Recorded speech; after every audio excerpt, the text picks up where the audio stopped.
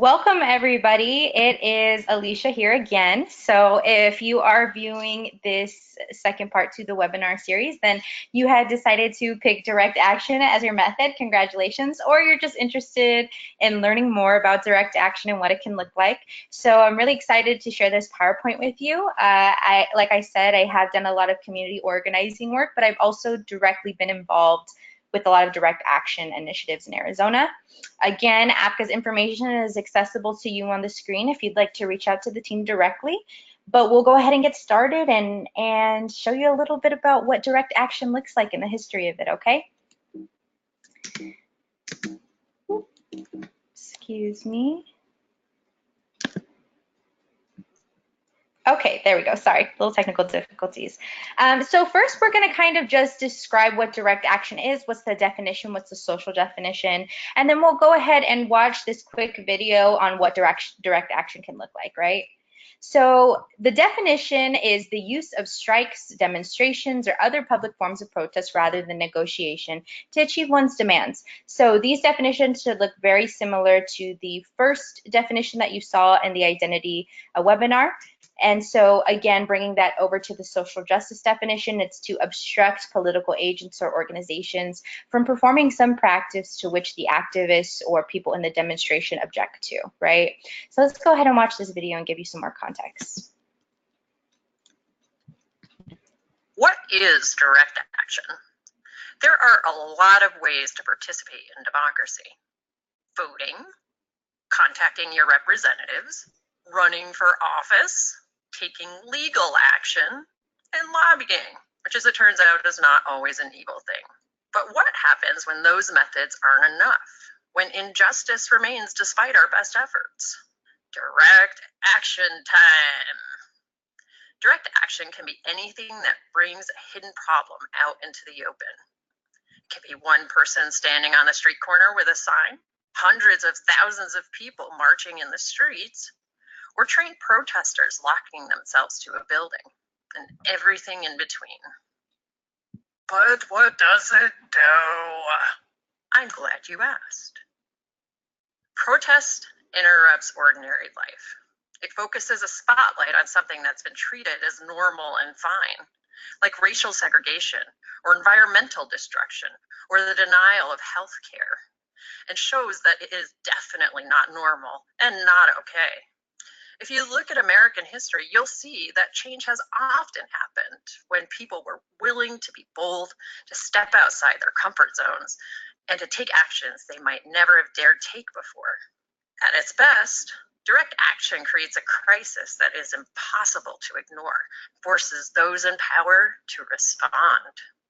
Some famous examples from our recent history include the Civil Rights Movement, AIDS activism, the Dakota pipeline protests, Black Lives Matter.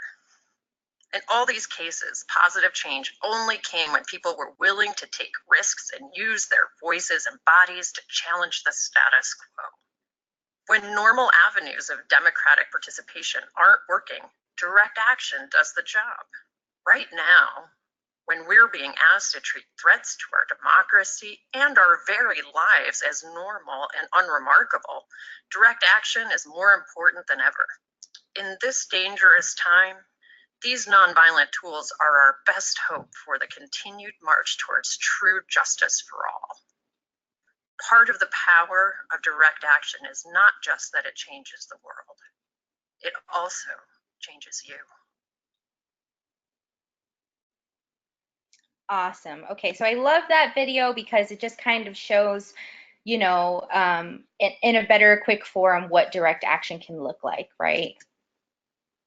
All right, so let's see here. So what I want to go over with you is some historical direct actions as well. I think it's really important to kind of understand our history and what direct action can look like, and you know, talk about the ways that direct action has been well received and the ways that it hasn't been, right?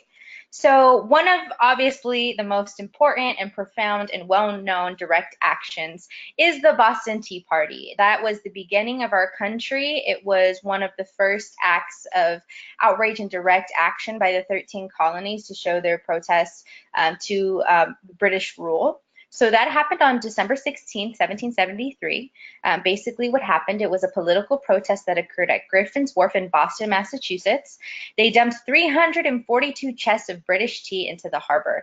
The event was the first major act of defiance to British rule over the colonists. So basically what they were protesting was taxation without representation, right? That's a big phrase that we hear in regards to that historical action of what occurred. So just wanted to share that one with you, but I also wanted to just be cognizant of the fact that, one, most people don't associate the Boston Tea Party as a direct action, even though it is, right? Even though it's as American of our history as apple pie. And part of the reason that is because direct action is often looked down upon in the times that it's happening, but is later sanitized to look like the best thing that could have ever happened for our country, and that we were in full support of it. So one of the reasons that I believe, and we can historically see that this direct action was so widely supported, is obviously it was the birth of our country, but also it was performed by rich white men, right? So at the time in this country, those were the men that were being protected, the men who owned property, the men who owned slaves, who owned, different livestock and those kinds of things. And so I always think, this protest, if you will, was well received because it was done by the people who are deemed to have freedom and liberation in this society, right? So the next thing I want to talk to you about is one that you're probably familiar with, but I want to give you a different perspective on it, right? So this one happened December 1st, 1955. It was by Rosa Parks, who has been deemed the mother of the civil rights movement, right? So she invigorated the struggle for racial equality when she refused to give up her bus seat to a white man in Montgomery, Alabama, right? She was later arrested, and it launched the Montgomery bus boycott. So a lot of people talk about this direct action as if it was just a flash in the pan, a one-off. One day she decided just she wasn't going to put up with it anymore. So for those who may be unfamiliar, back when segregation was legal, folks, black and white folks on a bus, black folks were afforded only to the back of the bus and allowed to take seats. But if the front of the bus was completely full with white folks, then white people had the ability to go to the back of the bus and ask a black person to stand up so they could sit and that the black person could stand. Doesn't matter who got there first, that was just the way of the world. And that kind of ties back into values and what creates social norms that we talked about, right? So what I want to make very clear about this is that this was a planned direct action. We never talk about that as if Rosa Parks planned this direct action. But Rosa Parks was just not this woman. She was an educator. She was already involved in the civil rights movement. And this actually, this refusing to give up the seat was first actually done by a woman named Claudette Colvin, who was born on September 5th, 1939. And it was March 2nd of 1955. She was arrested for refusing to give up her seat on a bus in segregated Montgomery. Now, the reason that Colvin or Claudette Colvin is not necessarily talked about is because she was not the face of the movement that the civil rights movement wanted. So she was a teenager who was impregnated by a married man. And so they didn't want, the leaders of the civil rights movement, including Martin Luther King Jr., did not want that type of blowback or association with the movement because he knew that image was going to be everything. Now, I don't necessarily agree with this or think that it was right, but they decided to not highlight Colvin and to highlight Rosa Parks and have her stage the exact same demonstration. But it would be more well received from her because she was an educated older woman from a background that people could respect and not pull any skeletons out of the closet. So it's interesting. It's sad, but it's also interesting to see that this was planned, that this direct action was, carefully thought of and planned out. So I just wanted to, bring that to the forefront and give you some knowledge about that particular instance as well. So the next one I want to share with you is one that you're not taught in school either. It's actually the Kent State shooting. So this happened on May 4th, 1970. At the same time that the civil rights movement was booming and the Chicano student movement was booming, so was the anti-war movement. A lot of folks were protesting the war in Vietnam because a lot of folks were signed up for the draft and had to go to war before the age of 18 when they weren't even old enough to vote yet. So it was seen as just kind of like a demonstrative act on the part of our government to send these young boys off to war when they had no say, basically. So what happened based at Kent State shooting is actually 4 students were killed and 9 students were injured by the Ohio National Guard. So this is kind of interesting to talk about because it is the United States government itself that openly fired on U.S. citizens who were protecting their right, using their First Amendment right to protest, and where they should have been protected on their college campuses, right? So basically, during a mass protest against the bombing of Cambodia, the United States and the United States military force, 28 guardsmen fired approximately 67 rounds over a 13-second period, killing 4 students and wounding 9, and one of whom suffered permanent brain damage, right? So there was a huge response, national response to the shootings. Hundreds of universities, colleges, and high schools closed throughout the United States due to a student strike of over 4 million people. So obviously this is a tragedy. Obviously these students who lost their lives in the name of justice did not wake up that morning and think they were going to lose their life, but the movement it sparked afterwards was unprecedented. And that just goes to show that direct actions are necessary. Direct actions can be scary, can be dangerous, and sometimes work beyond what we thought was going to be its impact, right? So the next thing I want to talk to you about, obviously I know this is a big jump, but I just kind of wanted to give you some historical ones as well as some relevant ones that you can relate to and have seen in the media. So 2013 was the start of the Black Lives Matter movement. Now, a lot of folks think that the Black Lives Matter movement was in response to the murder of Michael Brown in 2015, but in reality, it was actually in response to the murder of Trayvon Martin, who was killed by George Zimmerman. So basically, if you're unfamiliar, Trayvon Martin was an 18-year-old teen. He was coming back from the liquor store with an Arizona iced tea and Skittles in his hand, and there was a neighborhood watch person on duty, so George Zimmerman. George Zimmerman felt that Trayvon looked criminalistic in nature. He had a hoodie up, and he thought that he was going to be into some bad things. Obviously, very informed by Zimmerman's own prejudices. So he calls the police, and they do have the release recording of the call. And he says, there's this person that I think he's up to some shisty business. Like, what should I do? And the police specifically say, do not follow Trayvon. But instead, Zimmerman decides to get into an altercation and shoots Trayvon at point blank range. Zimmerman paid no time and was not indicted for the murder of Trayvon Martin. And so it erupted in outrage, right? So this was kind of like the next big wave after Rodney King, who sparked the LA riots after he was unjustly beaten by LA cops, and it was caught on camera, and then the cops got off scot-free, right? So it was 3 radical Black organizers, so Alyshia Garza, Patrisse Cullors, and Opal Tometi, created a Black-centered political movement and the hashtag Black Lives Matter.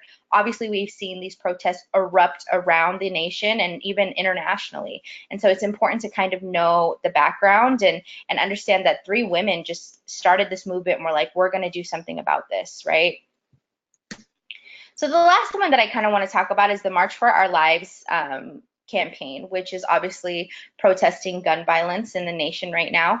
So March for Our Lives, although it's going on a tour specifically in 2018, it has been involved in the movement for a few years and was not just in response to Parkland. So I wanted to highlight this one because this one's actually a tour of direct action. So they're activating people across the nation, having them register and show up to help register folks to vote and participate in a live action protest demonstration. And they're calling it their March for Our Lives Road to Change. And it's showing politicians that across the nation, they refuse to accept gun violence as an unsolvable issue. So what I want to go over next with you is what direct action can look like, right? So there's 4 main types of direct action. All of these types could fall under the umbrella of quote unquote protest, but I wanted to give you the specific nuances of each one because it's important to understand what that looks like. So when we think about protests, it's a statement or action expressing disapproval or an objection to something. So this is something that can look like a march down the street. This can look like, gathering at a certain location with signs and protests and that kind of thing. And just as the classic thing that you think about with the civil rights movement when you think about Black Lives Matter and showing up for protests, right? So the next one I want to talk to you about is ins, right? So when I say ins, sit-ins, die-ins, and dance-ins. So I know those kind of sound weird, but they all are doing a similar thing. So sit-ins obviously are synonymous with the civil rights movement. There was actually young folks who trained on harassment that they would experience by going to a segregated restaurant and sitting at the counter and sitting in and demanding to be served and not leaving until they were served, right, to protest segregation. So sit-ins, die-ins, and dances can be escalated. People can respond, violently or rudely to what you're doing. So that's why the civil rights movement, they made sure to train these young folks on hair pulling and name calling and not reacting and keeping that nonviolent, peaceful thing. So die-in is kind of pictured here in this photo. This is a die-in that's protesting non-access to Planned Parenthood or, health services for women. So, obviously there's a big debate over Planned Parenthood with the anti-choice movement and the pro-choice movement. And Planned Parenthood, 3% of their services a year are abortion related, but the rest are breast cancer screenings, pap smears, yearly physical exams for women, STI testing for men and women. And so they're, pretending to die and holding their gravestone of what they died from and refusing to move and leave from this space until the issue is talked about or there's some policy that is enacted to ensure that women's health and women's reproductive health is treated with caution and they have access and rights to it, right? So a form of protest in which demonstrators occupy a place, refusing to leave until their demands are met. And then another cool thing is a dance-in or a flash mob. A lot of folks, who want it to be, I don't want to say more lighthearted, but less confrontational, may participate in a dance-in where they refuse to stop dancing or leaving the space, almost like a filibuster in that space until, their demands are met. So another really interesting aspect of direct action and what it can look like is demonstrations. So PETA is notorious for this. As you know, I'm not saying I necessarily agree with their methods or disagree, but they throw blood on fur coats, those kinds of things. This actually is a specific one where humans are naked and in fake blood and packaged in what would be packaged for meat to kind of protest the meat industry, the meat and poultry industry, and like the atrocities of it. So basically it's kind of mixes art and political activism, but it can be a lot of different things. You'll see a lot of folks doing demonstrations for specific things, and there'll be more examples of demonstrations too if you continue on to watch the Artivism webinar. So the last form of protest that, you don't see with as much popularity now in full practice is boycotts. So obviously, like the Montgomery bus boycott, which we talked about in the last slide, was so effective because it was affecting the bottom dollar of the boycott. So the last time I really heard of a big boycott was actually boycotting Black Friday and supporting Black businesses instead of commercial and capitalistic notions of selling and big corporations like Walmart and those kinds of things, right? So it's withdrawing from commercial or social relations as a punishment or a protest. So you hear a lot of folks too talking about boycotting the NFL, some for good reasons, some for bad. For me, I am boycotting the NFL, and even though I'm a diehard Raiders fan and I have not participated in watching the games or buying any merchandise until I feel that they have done enough to not only rehire Colin Kaepernick, which we'll talk about a little bit in a couple of slides coming up, but also, are making sure that their players have access to the First Amendment right and will not be penalized for exercising their First Amendment right? So those are kind of what direct actions can look like, and it's really up to you and you understanding what method you're going to pick and how it's going to be effective for your specific issue or movement. So what I want to talk to you a little bit about too is what to do before you begin planning a direct action. So again, media kind of portrays direct action as it's just this one-off thing that kind of happens and everybody gathers and it is what it is. And there's actually a lot of planning that goes into it. Don't get me wrong, sometimes direct action does call for you immediately responding, but a lot of the times it is planned. So this is what I want to talk to you about. So you're going to want to identify who, what, when, where, why, and how for your prioritized events, right? So like, who are you trying to target? Is it a representative? Is it a corporation? Is it a specific policy? What is the thing that you're protesting against? what are you going to be protesting at? Is it going to be a street? Is it going to be a building? Is it going to be the Capitol? Is it a town hall? Is it a specific event? So understanding, this representative's event is where we're going to protest at. Where? So where is that located? Is it in the city? What's the address? What time are we doing it? What, congressional district is it in? Also, and congressional district stands for the different districts that we vote for our representatives in. So every city is divided up into different districts, right? And you can find your district by just Googling your county and your address and seeing where you reside at. And why? Why are you doing this? Are you doing it to put pressure on lawmakers? Are you, this is an example of protecting the Mueller legislation in the House is one of the direct actions that I have participated in. So this was kind of this example. So who was I reaching out to? I was reaching out to ex-representative in a congressional district at their town hall event, and I wanted them to put pressure on lawmakers to co-sponsor the Protect Mueller legislation that was presented in the House of Representatives, right, to make sure that Trump isn't able to override the justice system and end Mueller's investigation into him participating with Russia in the 2016 election, right? And then you want to think how am I going to create this pressure? Am I just going to show up? What am I going to specifically do? So for me, I was tapping community members, groups, and supporters to show up to plan direct actions, create conversation and visibility at the event through pre-prompted questions, talking points that put pressures on lawmakers to support Protect Mueller legislation. So, again, making sure that they have talking points, that they know what to say to that representative, that they're able to ask questions, that if, they were taught to talk to the press, this is what our mission is, right? So what you're also going to want to do is create an exhaustive list of priority tasks and use MOCA, which is Manager, Owner, Consultant, Helper, and Approver. This will also be on the Community Organizing PowerPoint, a more in-depth look at MOCA and how it works, to assign clear roles for each team member. So you want to make sure that everything is planned, that you have an owner of the event, that you have consultants to help you, that you have helpers that are boots on the ground, that you have a manager to look for guidance, and then you also have someone to approve the event to see that it looks like all your T's and I's are crossed and dotted. So another thing that I want to talk to you about that is often goes untalked about in regards to direct action is permits. So just so you're aware, you're not required, under your First Amendment right, you are not required to have a permit for a public gathering if it does not block traffic, if you're not on private property, and you're not using sound amplifying devices. So that does include megaphones, right? So you just want to be cautious of that. So if you and a group of people just want to show up with signs and your voices to this event and you're going to be on the sidewalk, then you do not need a permit. But if you're going to be doing a march, if you're going to be blocking traffic, then you do, right? So again, I leave this up to your discretion. Oftentimes, in the importance of direct action is to create a community disturbance. So a lot of folks will disrupt traffic without a permit, and that's part of their action.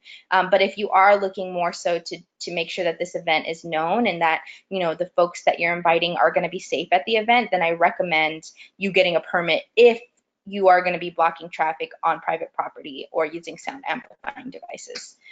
So in order to get a permit, you need to gather the appropriate information for getting the permit to protest. So you'll need an estimate of how many people are going to show up. That's the most important thing. You'll need to know the area you'll be in, the route you're walking.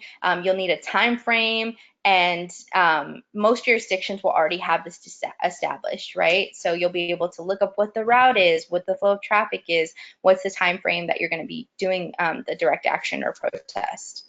So you're also going to want to call your city offices with the details, so in all of the stuff listed above, including your date and start time, and you'll have to fill out an application and pay a fee for the permit, right? So again, this is up to your discretion on how you want to plan your direct actions, depending on if you want to have a permit and moving forward in that way.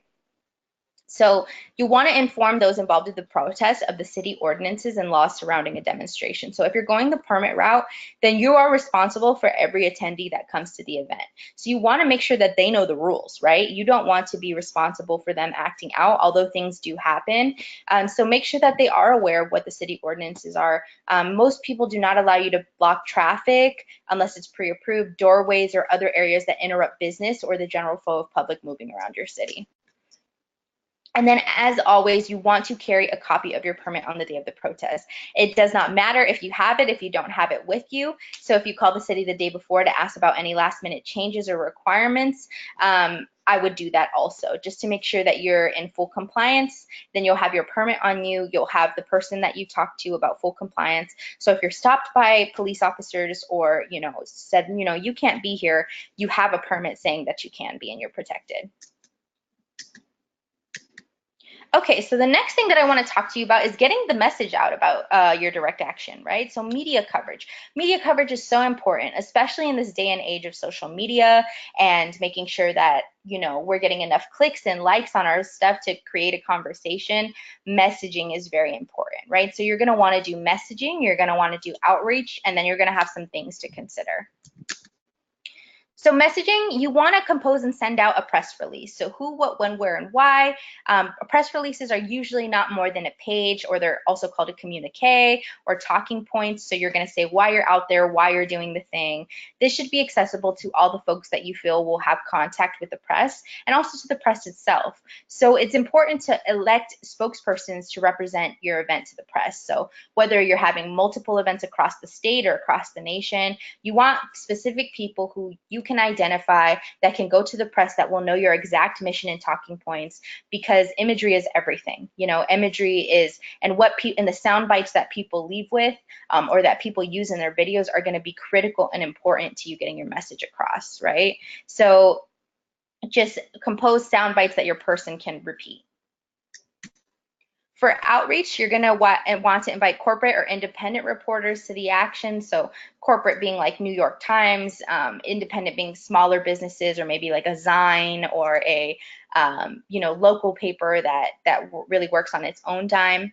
If it's a really big action as like statewide and not just a one-off or will continue to be happening, it's important to think of potentially holding a press conference or making press call interviews or offering interviews on person or over the phone. You want to make sure that you are able to control the narrative that the media is going to spin. So this is very critical because media has its own agenda for good or bad, right? And so you want to make sure that you are hyper aware and hyper vigilant about the message that you're sending out and what the media could potentially use to either make your demonstration look like it was a positive thing or that it was a negative outcome, right? You also want to create hashtags that attendees can use to support. So hashtag March for Your Lives, hashtag Black Lives Matter, hashtag Keep Families Together. All of these things, not only are hashtags important because it signifies, that this person, the amount of participants that you have, but your hashtag, when you click on the hashtag on social media, it'll have a list of all the postings of people who have ever said that. So you can pick and choose, different vantage points and stories and pictures from participants that have come to your event. So there are some things to consider, right? So especially when you're talking about media coverage in the press, timeliness. So is your event focused on a topic that's hot in the news right now, right? So as the news is going to want to cover things that are happening right now. So like if I were to do a protest tomorrow and keep our families together in July of 2018, then that's going to be hot and relevant. But if I wanted to talk about Hillary Clinton's presidential run in 2016, they're most likely not going to want to cover it because it's just not relevant in the news right now. That doesn't mean it's less important, but you really do have to cater to your media presence, right? And you also have to consider visuals and audio. So what is a TV camera going to see at your event? Is it better that you do have, audio amplifying devices? Like, are you all going to be in one color? Like, what is the image that you're going to put out to be seen in the media? Scheduling is also a very important aspect. Will it be easy for media to make it? A lot of reporters will be available mid-morning and early afternoon. So, thinking like 9 to 11 is like ideal time for the media. So if you're having a late night event, it's going to be harder to get the coverage that you want, right? So just, considering what your outcome is, what your goal is, and, whether it's better for you to have something that's more accessible to the media or not.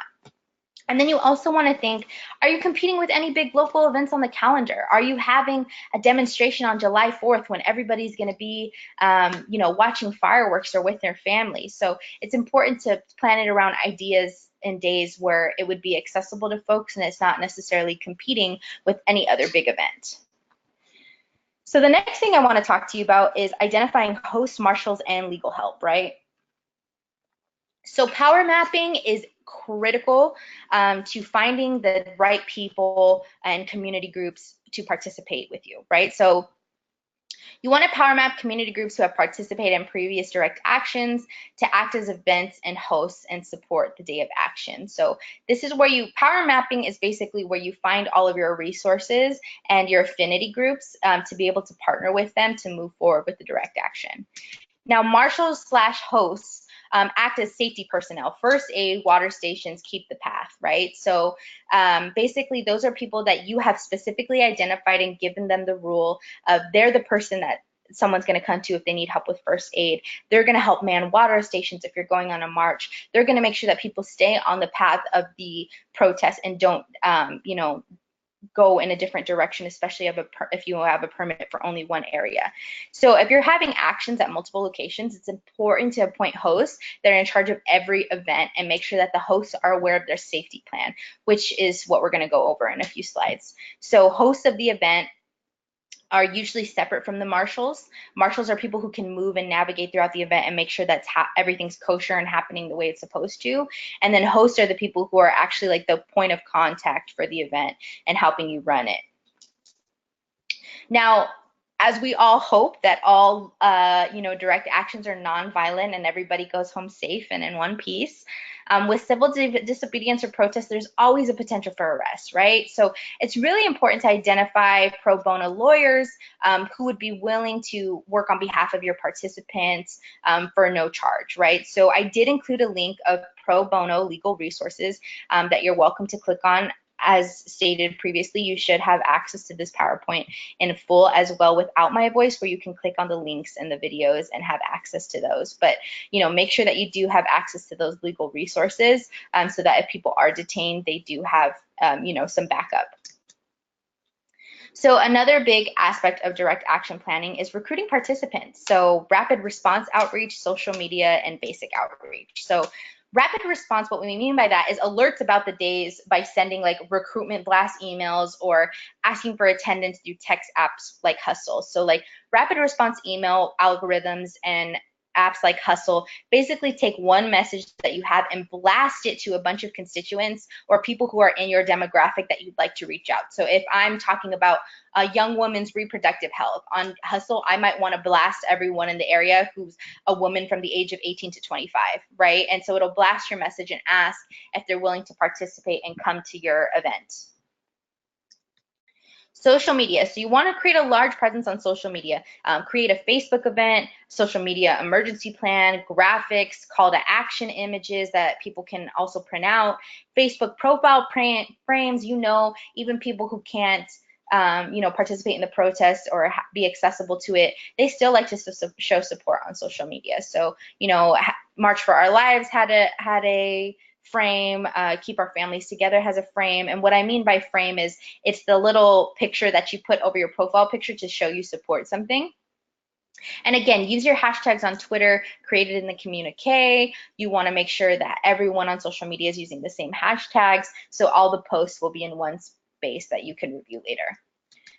And in regards to outreach, you should be reaching to your entire network, any affinity groups, all affiliates.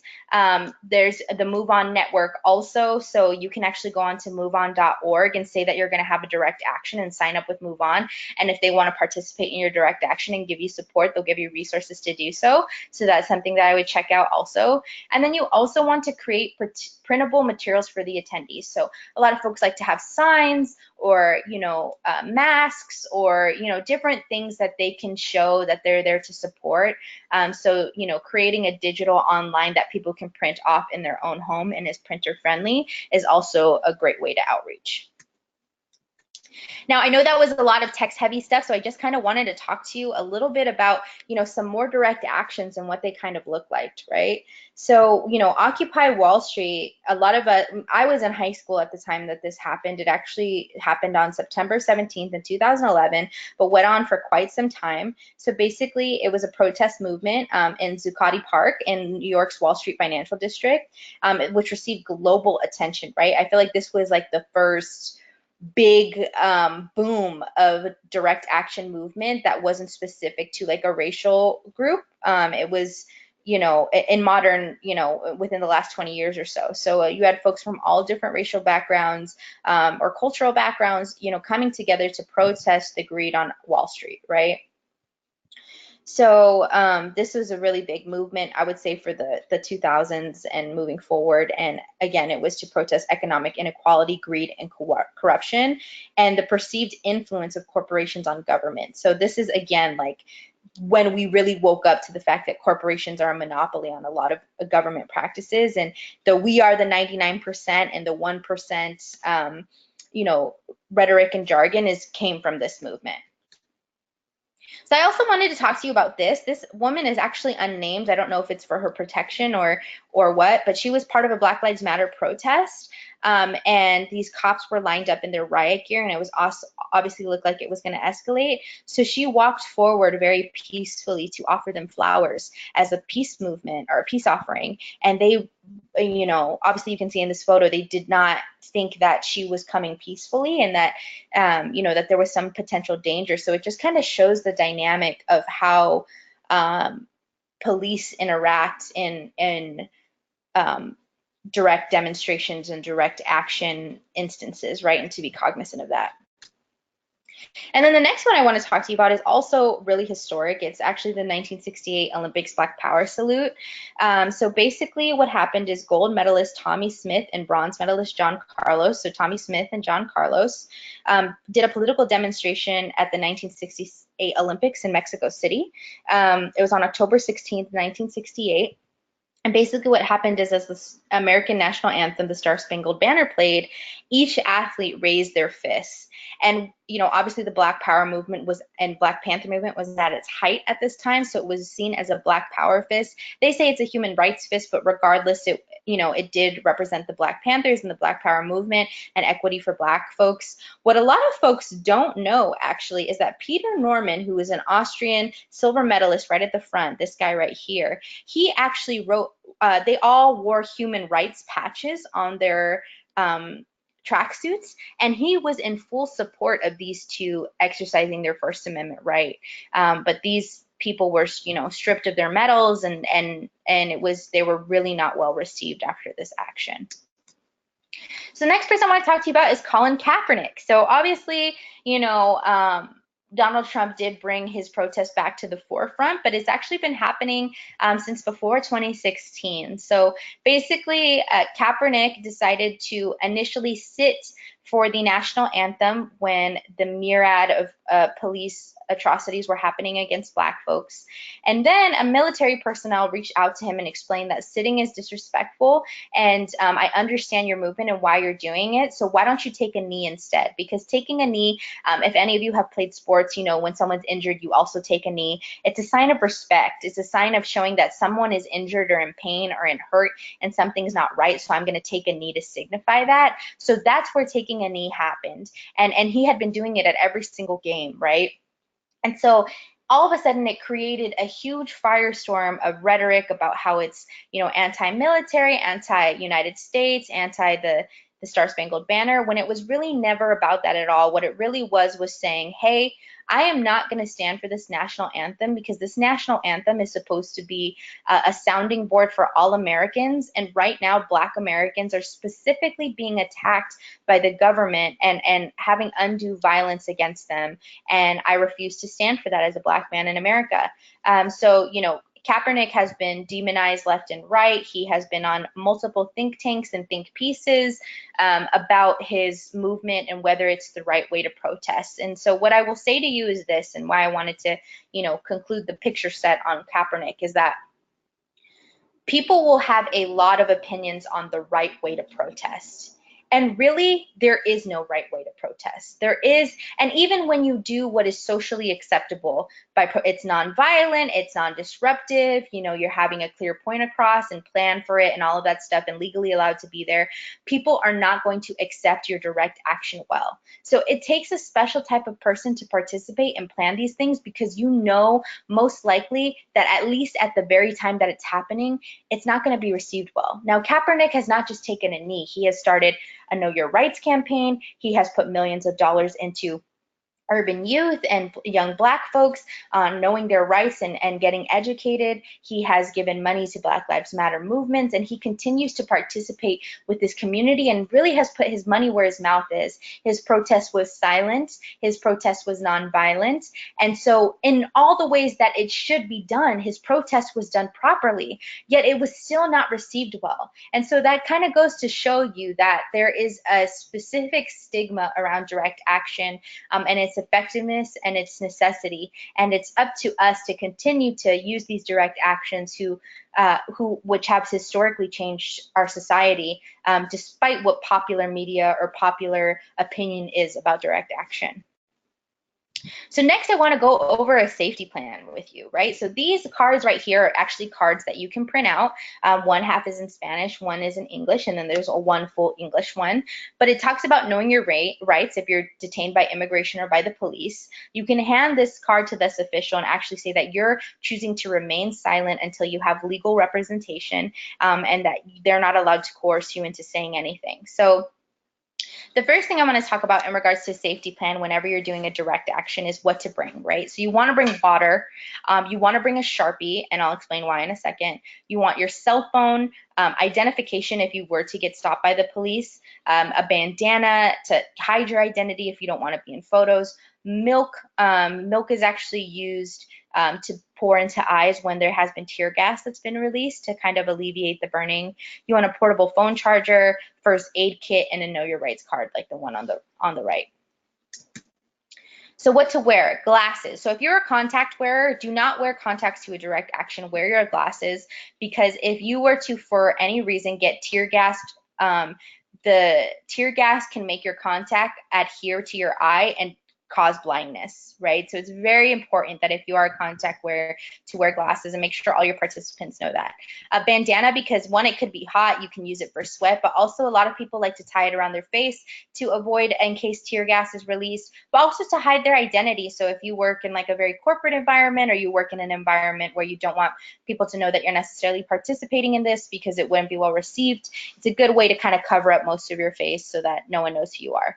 You also want to wear comfortable, non-identifying clothes. So like, don't wear your company t-shirt. Don't, wear low muted colors, things that are easily for you to slip into a crowd, right? Sunglasses and sunscreen, especially in Arizona, you don't want to burn. You don't want your eyes to be damaged by UV rays. And a fanny pack to carry it all. So if fanny packs aren't your style, you're more than welcome to bring a backpack or whatever works for you. I find I like a fanny pack because everything's accessible right in the front. I don't take too much stuff. Easy to run if I have to. So a couple tips for you to think about too is, again, why I brought up the Sharpie. Have everyone write the number of a pro bono lawyer and emergency contact in Sharpie on their body in case of detainment. So if you get, stopped by the cops or they decide to arrest you, you're most likely not going to have access to your cell phone. And then you're stuck in there with your one phone call, right? So if you have your emergency contact on your arm and you have the pro bono lawyer, then you have access to people who can help you get out of detainment. And that's why I said to bring the Sharpie, because some people may not do that ahead of time, and at least you have the Sharpie to write it on their body so it's accessible to them. Another tip to think about is to warn vulnerable groups about attendance. So, i.e. women, children, disabled folks, if the path is going to be rough or you expect there to be some type of violence, undocumented folks. So, it is a privilege to be able to participate in a direct action as a United States citizen. If an undocumented person, gets detained, there's a potential for deportation, right? So you want to make sure everybody knows that, if there's a potential for detainment, which there always is, that undocumented folks might want to be wary. You also want to make sure that you're protecting folks with previous felonies, right? Because if they were arrested again or anything like that, or they're in their probationary period, or they have not paid all their fines and dues, they can go directly back to jail because of participating in this direct action. So it's really important to think about the community, because yes, you're doing this direct action for a moment, for a movement, but you're also doing it for the community you're a part of. And so you want to make sure that they're protected. And then also, again, going back to identifying marshals to the attendants. So what I mean by identify marshals is have all the marshals wear the same color shirt, have them tie a certain color bandana around there, have them get those neon vests that construction wearers use so that they're easily identifiable in the crowd and people can reach out to the marshals if they need. And then also, depending on the scale of your direct action, it's always good to identify a debrief or meeting spot for after the demonstration where everybody can talk about everything and kind of, get it all out and plan and move forward. So the debrief, what to do following your demonstration, right? So again, the direct action is not the final form of organizing. Direct action creates the space for the conversation to continue attacking the issues that you're fighting against. So you're not going to get everything you want just from one direct action, but what you will get is you will get something from continued direct action and continued negotiation and community organizing to hold your politicians and people in power accountable. So immediately after your event, this is where the hashtags are going to come in. Send out photos and videos and follow up to all press, social media, tag journalists, post a summary on a Facebook page, send it out to your list, consider organizing a press release as a follow-up. You can do 4 to 5 short paragraphs on one page from quotes from participants and organizers and like different examples on your direct action. That's what I would consider doing and reaching out and making sure that it's being covered by the media, right? Again, check your hashtags. You're also going to want to check in with all of your hosts and marshals for updates on escalation, injury, involvement, detainment, violence, or anything else you should know. So, did your host have anyone who was unruly? Were there marshals that said, hey, someone got injured? Just so you're in the up and aware and you can reach out to the necessary folks to make sure that everybody's okay after your demonstration. Third, reach out to attendees and thank them. Ask them if there's anything you could do better. This is a learning experience for everybody.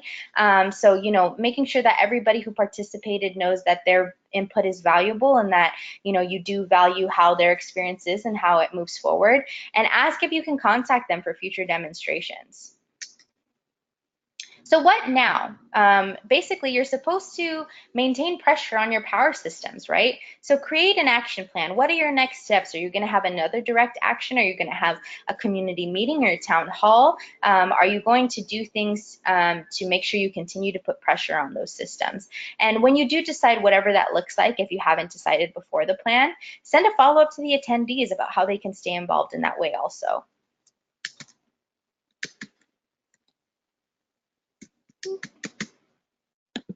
All right, so I just want to thank you so much for, again, taking a look at this direct action, webinar. I'm really excited to watch you make change. These are some pictures from, youth. I wanted to specifically highlight youth, especially because high schoolers are activated in a way that they never have been before in regards to education and demonstration and outreach and social justice. So if you have any questions, feel free to direct them to APCA about how they can help support you in your endeavors.